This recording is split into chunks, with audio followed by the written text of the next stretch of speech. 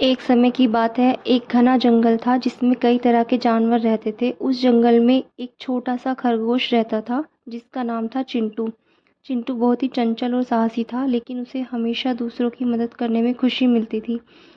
एक दिन जब चिंटू अपने घर से बाहर निकलकर ताजे गाजर खोजने गया, उसने देखा कि जंगल के राजा शेर बहुत ही परेशान थे। चिंटू ने हिम्मत करके शेर राजा के पास जाकर पूछा, क्या हुआ राजा साहब, आप इतने उदास क्यों हो? शेर राजा ने दुखी होकर कहा, चिंटू, मेरी बेटी लिली गायब हो गई, मैं उसे ढूंढ नहीं पा रहा हूँ। चिंटू ने तुरंत ही कहा, राजा साहब आप चिंता मत करें, मैं आपकी लिली को ढूंढने में मदद करूंगा। चिंटू ने जंगल के हर कोने में जाकर लिली को ढूंढना शुरू कर दिया। उसने बंदर, हाथी, हिरन और सभी के जानवरों से पूछा, लेकिन किसी को भी लिली के बारे में कुछ पता नहीं था। चिंटू ने हार नहीं मानी और तलाश जारी रखी। अचानक चिंटू ने जंगल के एक छोर पर एक गुफा देखी। उसे लगा कि शायद लिली वहाँ हो सकती है। उसने गुफा के अंदर झाँक कर देखा तो लिली सचमुच वहाँ बैठी रो रही थी।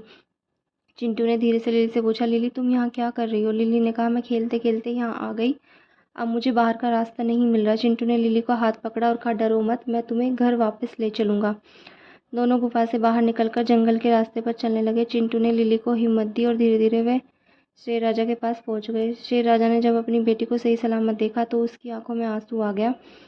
उसने चिंटू को गले लगाते हुए कहा, तुमने मेरी बड़ी समस्या हल कर दी, मैं तुम्हारा यह एहसान कभी नहीं भूलूंगा। जंगल के सभी राजा जानवर ने चिंटू की तारीफ की और उसे जंगल के मित्र का खिताब दिया। चिंटू बहुत खुश हुआ और उसने सोचा कि सच्ची खुशी दूसरों की मदद करने में ही है।